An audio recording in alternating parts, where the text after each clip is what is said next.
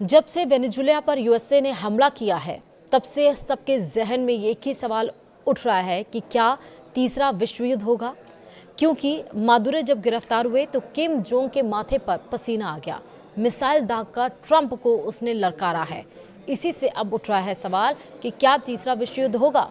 नमस्कार, आप देख रहे हैं न्यूज़ 18 का डिजिटल प्लेटफॉर्म और मैं हूं आपके साथ श्रुति श्रीवास्तव। वेनेजुएला के राष्ट्रपति निकोलस मादुरो को अमेरिका ने देश के भीतर घुसकर गिरफ्तार कर लिया है और इस कार्रवाई के बाद पूरी दुनिया में भू राजनीतिक तनाव तेज हो गया है। अमेरिका के इस कदम को कोई देश अंतर्राष्ट्रीय कानून का खुला उल्लंघन बता रहे हैं, मतलब कई सारे देश। तो वहीं अमेरिका के विरोधी देश इशारों में जवाबी कार्रवाई की चेतावनी देने लगे हैं और इसी कड़ी में अब उत्तर कोरिया ने अमेरिका को सीधा संदेश देने के लिए मिसाइल लॉन्च कर दी है।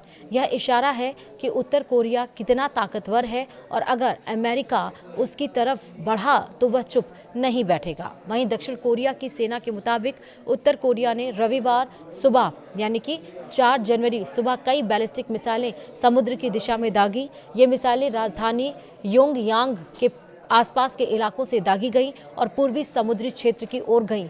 हालांकि मिसाइलों की रेंज और सटीक क्षमता को लेकर फिलहाल कोई विस्तृत जानकारी साझा नहीं की गई है। जापान भी इस लॉन्च से अलर्ट हो गया है और देश में इमरजेंसी अलर्ट भेजे गए हैं। वहीं दक्षिण कोरिया के जॉइंट चीफ्स ऑफ स्टाफ ने बताया कि लॉन्च के बाद निगरानी बढ़ा दी गई है और अमेरिका और जापान के साथ लगातार सूचनाएं साझा की जा रही हैं। वहीं जापान के रक्षा मंत्रालय ने भी मिसाइल लॉन्च की पुष्टि की है, हालांकि किसी नुकसान की खबर नहीं है। वहीं अमेरिका ने मिसाइल लॉन्च पर क्या कहा है, चलिए बताते हैं। यह मिसाइल परीक्षण ऐसे वक्त पर हुआ है जब वैश्विक स्तर पर अमेरिका पहले ही वेनेजुएला को लेकर घिरा हुआ है।